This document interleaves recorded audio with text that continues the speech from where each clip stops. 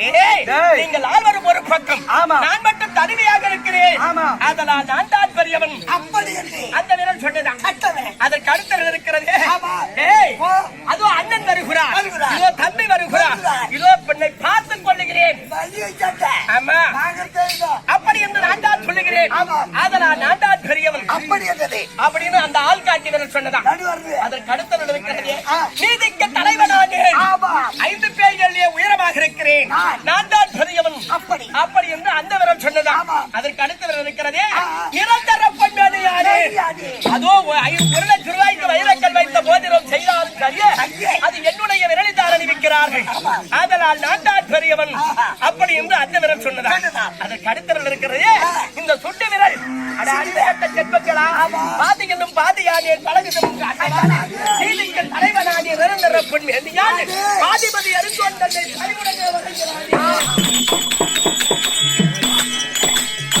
பாதிபதி அறிந்தவர் யாரு? அப்பேற்பட்ட பரமக்கடவுளுடைய சேவையை முந்து சென்று வணங்கி பார்ப்பதால் நான் தான் பெரியவன் அப்படி என்று சொன்னதா. அது போல இது என்ன ஊரு? கிங்கிரிவாடி. அதோ கிங்கிரிவாடி அனுகிரகத்தில் எழுந்திருக்கும்படியான அம்மனுடைய அனுகிரகத்தினாலும் வந்திருக்கிற நம்மை போல் நாடக ஆசான்களுக்கும் பெரியோர்களுக்கும் நார்வார்களுக்கும் உடப்பு எல்லாம் போகட்டும். பொறுமையா சத்திரியா வைத்தியா சூத்திரான்னு சொல்லும்படியான இந்த 4 வனத்தார் அமர்ந்திருக்கக்கூடிய சபையினரே, நாங்கள் தென்னாட்டுக்கு அரசு ஏதாவது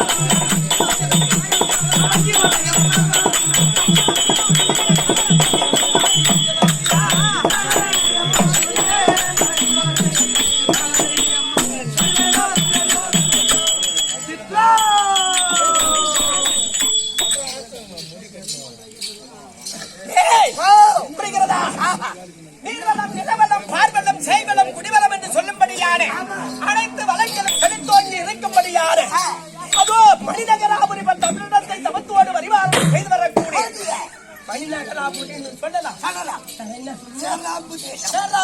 என்றும் சொல்லலாம். அப்படிப்பட்ட மணிநகராபுரியை சமத்துவோடு வரிவாரணம் செய்து வரக்கூடிய சித்ராங்கத பாண்டியன் இருக்கின்றாரு. ஒரே ஒரு பொண்ணுடா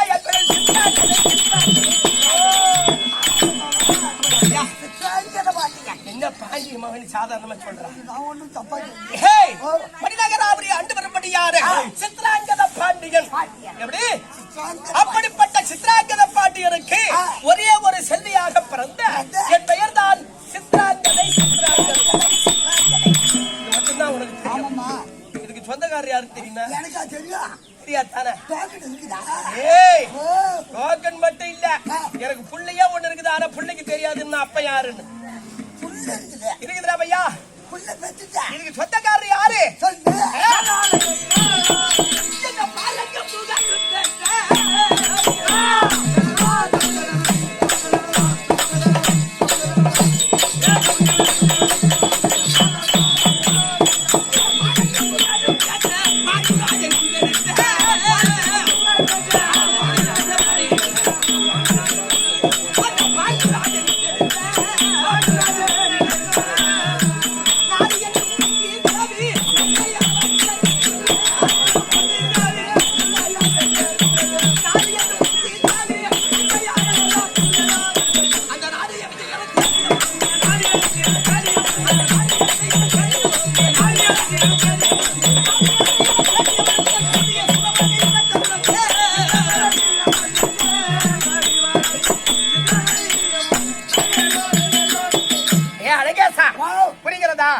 சந்திரகுலத்திலே பிறந்த பாண்டு மகாராஜனுக்கும் குந்தி அம்மனுக்கும் பிறந்த பாண்டவராஜ ஐவராஜாக்களிலே நடு பிறந்தோர் ஆகிய முன்னிலும் பின்னழகு முதுகிலே வட்டரேகை நாளிலே ரட்டத்திலும் பள்ளியிலே பரசிவினை பாதத்தில் செந்தாமரை தோளிலே துளசி மாலை கொம்பிலே அமர்ந்த கலசம் பார்வையிலே நயனவிழி பார்வை இப்படி சொல்லக்கூடிய 32 அழகு படைத்த காந்தி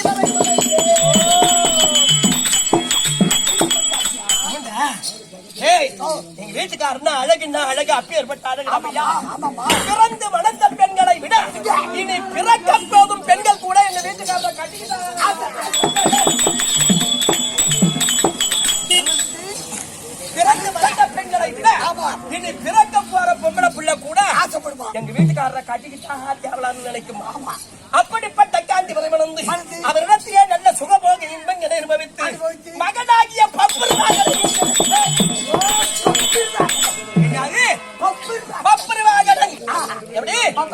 ஒரே ஒரு புள்ள கல்லு மேல நெல்லு முளைச்ச மாதிரி ஐயா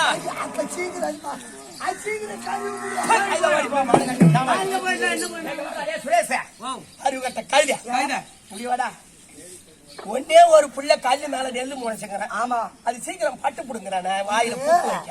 ஆமாமா இது ஒரு கல்லுல குயி இருக்குது. ஆமா அத பல பேச்சா தண்ணி மணல் இருக்கும். ஆமா அந்த மணல்ல ஒரு நெல்லு போடு. ஆமா அது அழகா நல்லா கிடு சட சட சட காயில வரைக்கும் சட சட சட அது மான காஞ்சதுனா அது பயிர் பட்டு போதா.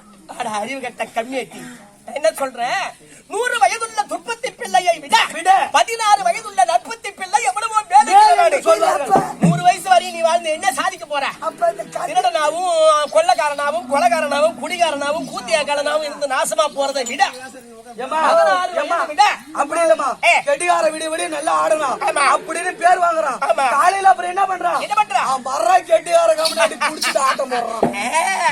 இது மாதிரி பிள்ளையை விட எனக்கு ஒன்னே ஒண்ணு பிறந்தாலும் ஒரு ஜான் வயத்துக்குள்ளே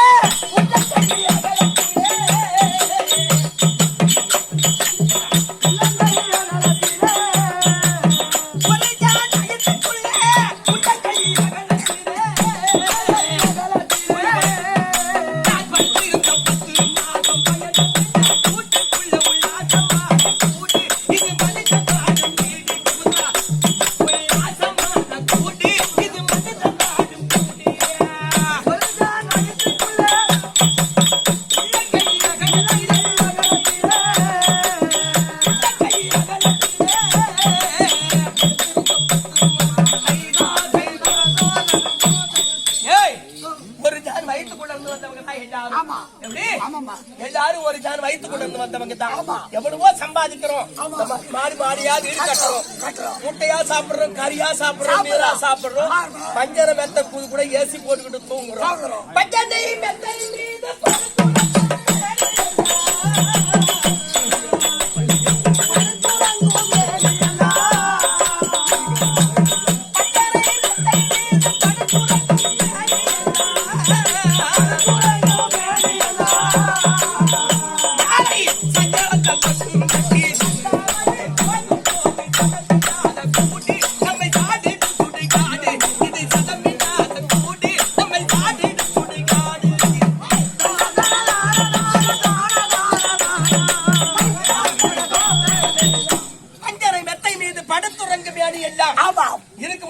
சோறு போடுறது கஷ்டப்படுவான். நம்ம ஆளு கட்ட தாய் தகப்பனுக்கு சோறு போடணும்னா கஷ்டப்படுவான். ஆனா செத்துட்ட பிறகு இந்த முக்கிட்டு திரும்பும் போது அடிப்பா பாரு.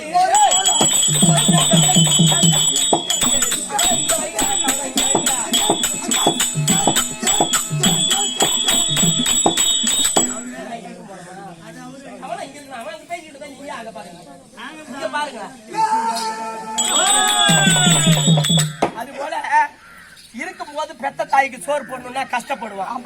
செத்துட்ட பிறகு அந்த முக்கிட்டு திரும்பும் போது அடிப்பான் பார்த்து மோலக்கால அடடா 25,000 ரூபாய்க்கு பூ போட பேசாத மறுபடியும் ராமாங்க பாக்காத இங்கதான் திரும்பி பாக்குறோம். அது போல 25,000 ரூபாய்க்கு பூ போட கட்டி போடுவான். இதெல்லாம் உண்மையா? இது எதுவுமே கிடையாது. இருக்கும் பொழுது தாய் தகப்பன் மனம் குளிரும் அவருக்கு உங்களுக்கு சாப்பாடு போட்டு நல்ல துணிமணி கொடுத்து கடைசி காலத்துல உன்னை கஷ்டப்பட்டெல்லாம் பால் ஊத்தி வளர்த்துக்கு ஒரு வருஷம் பால் கொடுக்கிற சுமைக்கு போதுமா நம்ம கோடி கோடியா சம்பாதிச்சாலும். அதனால பெத்தவங்களை இருக்கிற வரையும் காக்கிறவன் தான் மனிதன். மனிதன் பிறந்தான் இருந்தான் கடைசியில் இருந்தான். அது மற்றவனுக்கு. நாங்க உயிரோடு இருக்கும் போது எங்க அப்பனுக்கு சுருக்க மாட்டேன் தூக்கி விட்டுருவோம். அறிவு கட்டானே. அதான் அப்படிலாம் இருக்க கூடாதுன்னு சொல்றேன். அதுபோல இவர்களுக்கு பிறந்த பிள்ளையாக நல்ல பிள்ளையாக இருக்க வேண்டும். ஒரு பிள்ளையா இருந்தாலும் அள்ளி மேல நெல்லு முளைச்சா சடசடன்னு வந்து பட்டுன்னு பட்டு போயிடுங்கிறிய. அதான் சொல்றேன், 100 வயதுள்ள துற்பத்தி பிள்ளையை விட 14 வயதுள்ள நற்பத்தி பிள்ளை எவ்வளவோ பேரு. அப்படி பெற்று நானொரு மேரியை பொழுது வண்ணமாக வளர்த்து சண்டாரனாகிய சொல்லி தேவசம் கொண்ட துரியோதனன் செய்த சூதுவஞ்ச கட்டினார்.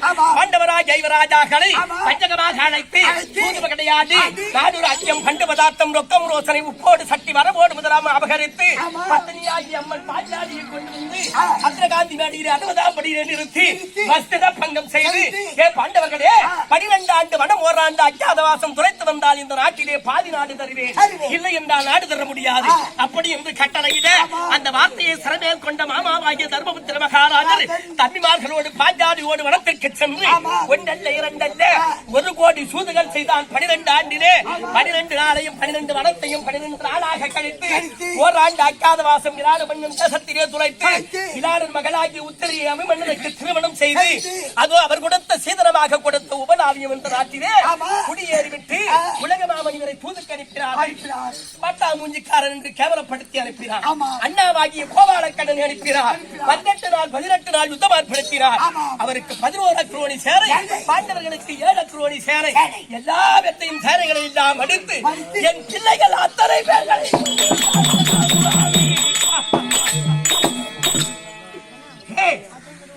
இப்பேற்பட்ட 18 நாள் யுத்தத்திலே என் மகனாகிய பப்புருவாகனன் மட்டும்தான் அந்த சண்டைக்கு கலந்து கொள்ளவில்லை. நாங்கள் மட்டும்தான் அங்கு உள்ளே செல்லவில்லை. பாண்டவர்களை செய்த கொடுமைகளை எல்லாம் செய்த சண்டாரனாகிய துரியோதனன் இந்த மண்ணை ஆளவில்லை. இந்த மண்ணை சண்டாரன் ஆள வேண்டும் என்று தன்னாக நினைத்ததா அதோ தன்னாலே மடிந்தான் அந்த சண்டார சூதுக்கார துரியோதனன். அப்படி சூதுக்காரனை மடைத்து பாண்டவர்களாகிய தர்மபுத்திர மகாராஜருக்கு பட்டம் தரித்து திறனாக வாழ்ந்து விடுகிறார்கள். ஆனால் பிறந்தது முதல் இது நாள் வரை என் மகனாகிய பப்புருவாகனுக்கு தந்தை பெயரே தெரியாமல் வளர்ந்து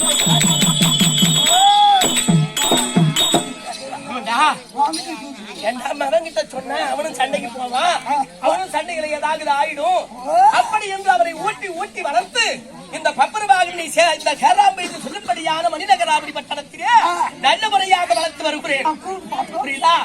அதனால ஓடியும் சென்று மகனாகிய பப்புருவாகனை அழைத்தேன் என்று சீக்கிரம்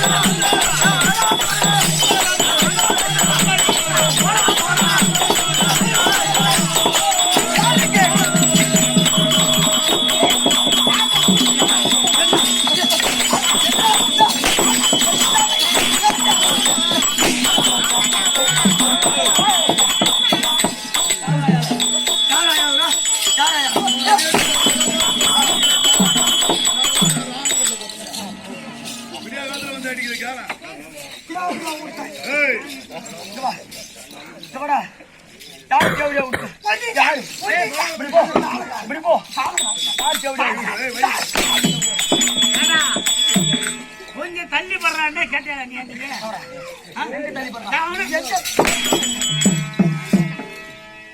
விரகலப்புல பிறந்தது காய்ச்சி கொடுத்து சூரிய நானா வச்சுக்கிட்டேன். தம்பி நாராயணா, தம்பியா என்னடா சிரிக்க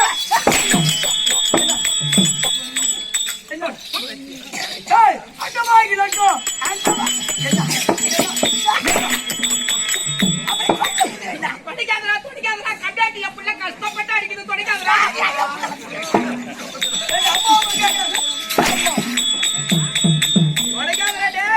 கஷ்டப்பட்டு அடிக்குதுடா தொடைக்காதரா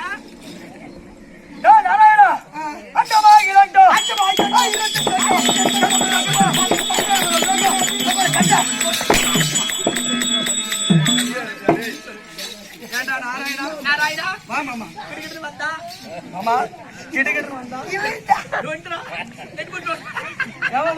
கிடுகிடு வந்தா முதுபாடு 2 சுத்துனா போய் மேல புடிந்து போற மாதிரி சுத்துனா அப்புறமேட்டு வந்தா உன்னை ஈத்து போட்டு அம்மா அடி அடிக்கிறானே அவன் ஒரு அப்பனுக்கு பிறந்திருப்பான்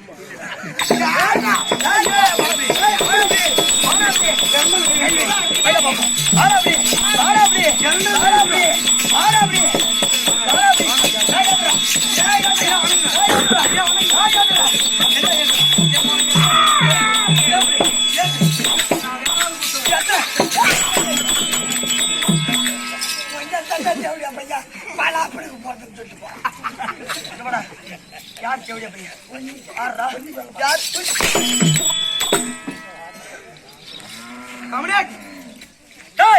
இது எப்ப சபை இஷ்டப்பட்டது உக்காந்துருக்குது இல்லாத வீட்டுக்கு கூட்டு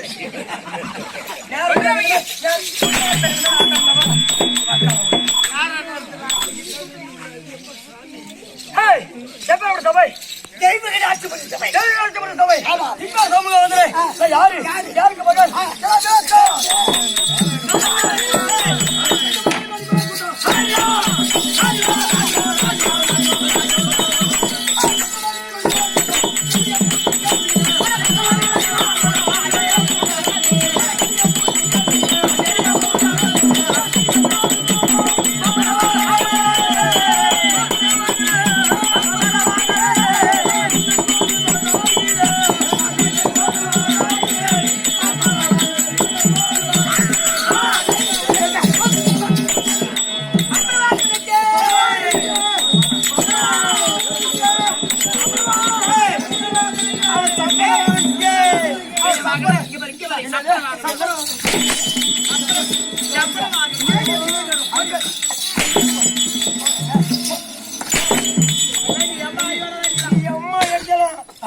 சிக்கி பார்க்க முடியாது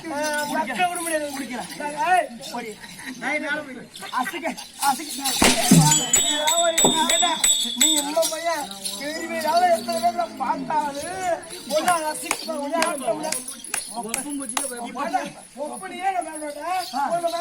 அப்படியா பாப்போம் என் பேரோ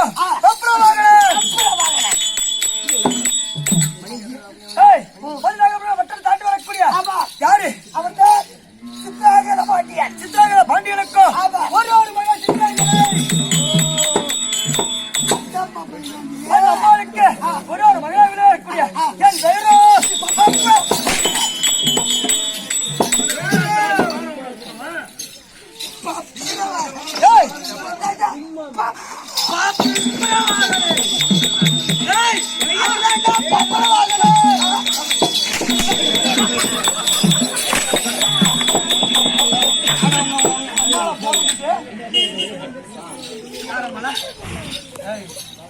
நானும் ஒன்னாண்ட பேசுறேன்